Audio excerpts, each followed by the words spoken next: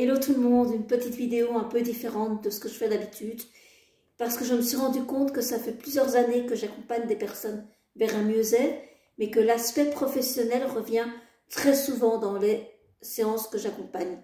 Soit une reconversion, soit je me sens pas bien dans mon boulot, comment est-ce que je peux à nouveau retrouver une vibration, comment annoncer à mes parents que je ne veux plus garder leur société, plein de sujets comme ça qui me font dire que ces personnes ont reçu une information qui n'ont pas le droit à l'erreur, en tout cas c'est ce que je ressens, ou qui n'ont pas la possibilité de changer de direction parce qu'ils en ont pris une il y a quelques années. Eh bien, je vais vous raconter un petit bout de mon histoire dans l'aspect professionnel et vous allez voir que j'ai un parcours assez atypique pour en arriver à qui je suis aujourd'hui. On va refaire un petit pas en arrière et je vous raconte le début. Donc je m'appelle Kamala pour ceux qui ne me connaissent pas, mais avant que je reprenne mon prénom indien, je m'appelais Lara, donc je m'appelle toujours, mais mes parents adoptifs avaient choisi ce prénom quand ils m'ont adoptée à l'âge de 3 ans et demi.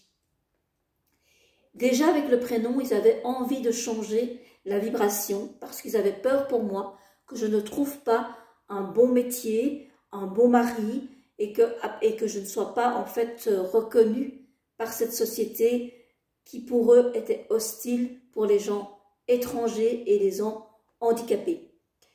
Donc j'ai grandi avec une info qui était soit avec des bonnes études, ne fais pas trop de bruit, rabaisse-toi si on vient te dire des choses et surtout, ne fais pas confiance aux autres.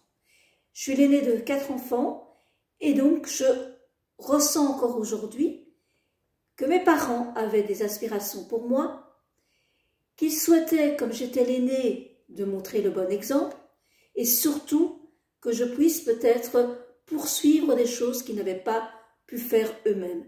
J'ai fait de la musique, j'ai fait beaucoup d'études parce que j'avais la sensation que ce n'était jamais assez bien à leurs yeux.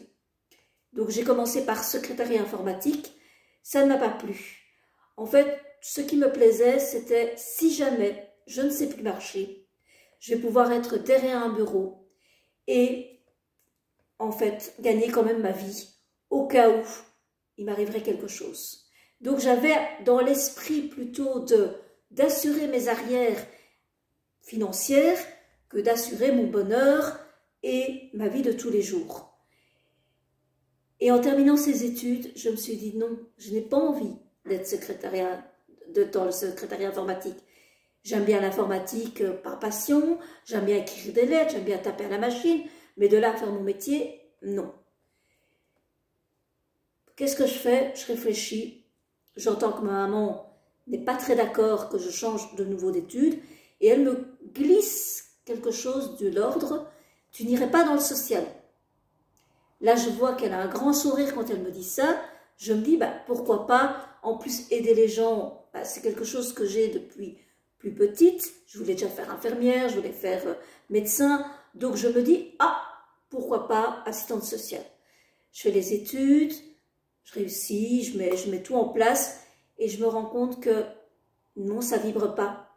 Oui, c'est du social, oui, j'accompagne des gens, mais ça ne vibre pas.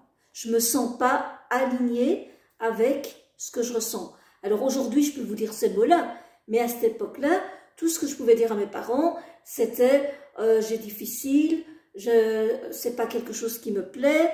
Évidemment, ça ne rentrait pas bien dans la famille, parce que c'était de nouveau un Minerval à payer, c'était de nouveau rechanger et peut-être encore une fois ne pas apprécier ce que je faisais. Et donc je réfléchis. Et là, cette fois-ci, je réfléchis avec quelqu'un qui m'accompagne, un coach, une coach de cette époque-là, et qui me dit, écoute, Kamala, tu me dis que tu veux aider les gens, tu me dis que tu as une blessure d'enfance qui est de 0 à 3 ans. Est-ce que tu n'as pas envie d'être puéricultrice pour peut-être aller accompagner des enfants qui n'ont peut-être pas reçu d'amour ou qui ont besoin d'être accompagnés par toi. Et je dis, bah tiens, oui, c'est vrai. Là, ça résonne un peu plus. Là, je sens que quelque chose se passe et que ça pourrait être quelque chose qui m'apporterait non seulement un bien-être et en plus l'utilité que j'avais entendue de ma famille. Me voilà faire des études de puéricultrice. Et à cette époque-là, qu'est-ce qu'il faut faire? C'est redescendre en professionnel. J'avais déjà l'âge d'être dans un métier, d'être peut-être même en couple. Et là, je redescends avec des beaucoup plus jeunes que moi. Et je me dis, bon, ben, je m'accroche. Parce que c'est ça que j'ai envie d'être et de faire. Je réussis mes cours, je réussis mes stages, je me sens bien et voilà que je trouve un endroit pour travailler. Je travaille d'abord dans les hôpitaux de Saint-Luc et Erasme et puis dans des petites structures pour arriver dans des centres d'enfants maltraités, des enfants du juge. Et là, je sens que je suis au bout. Je me sens que je ne m'épanouis plus assez, que quelque chose est de nouveau en train de me dire c'est pas là que j'ai envie d'être. Je sentais aussi que ma blessure de 0 à 3 ans s'était calmée, je me sentais bien, j'avais envie de créer quelque chose d'autre que d'être avec des enfants toute la journée. Et une des mamans qui vient rechercher un de ses enfants, qui me dit « Kamala, c'était toi hier après-midi ?» Et je lui dis « Oui, c'était moi, pourquoi ?» Et je me dis tout de suite « Oh là là, qu'est-ce qui s'est passé avec cet enfant ?» Et la maman me dit ben, « C'est une des premières nuits que mon enfant fait complètement. Qu'est-ce que vous avez fait ?» Et moi, je me remémore et je me dis « Tiens, oui, ce que je me souviens, c'est qu'il avait difficile de faire la sieste. » Et j'ai posé ma main sur sa tête pendant quelques minutes et il s'est endormi calmement, il a fait une très bonne sieste et l'après-midi s'est bien passé. Et donc j'explique comme ça à la maman et la maman me dit « Donc vous avez quelque chose dans les mains ?» Je lui dis bah, « Écoutez, quelque chose dans les mains, je pense qu'on a tous quelque chose dans les mains, après on va le développer d'une façon ou d'une autre. » Je dis « Voilà, oui, je suis musicienne de formation, j'aime faire du piano, de la guitare et plein d'autres instruments. » Elle me dit non, non, non, là vous me dites que quand vous avez posé la main sur mon fils, il s'est senti mieux et il a pu dormir. Et là, quelque chose s'est réouvert en moi, quelque chose que je savais, qui me disait oui, j'ai envie d'accompagner des gens, pas dans du social comme je le faisais, pas spécialement avec des enfants dans une structure, mais chez moi, les accueillir dans mon cabinet. Et je voyais déjà mon cabinet, je voyais les personnes qui frappaient à ma porte. Et là, tout d'un coup, j'ai pu ouvrir quelque chose en moi, mais qui s'est manifesté tellement de manière rapide que j'ai à peine pu en parler à 3-4 personnes que je me suis lancée. Pourquoi je vous raconte tout ça? À partir du moment où c'est vibrant, c'est aligné à vous, que ça réponde à vos parents ou pas, mais que surtout ça vous réponde à vous, là, vous êtes à l'endroit qui est ajusté pour vous.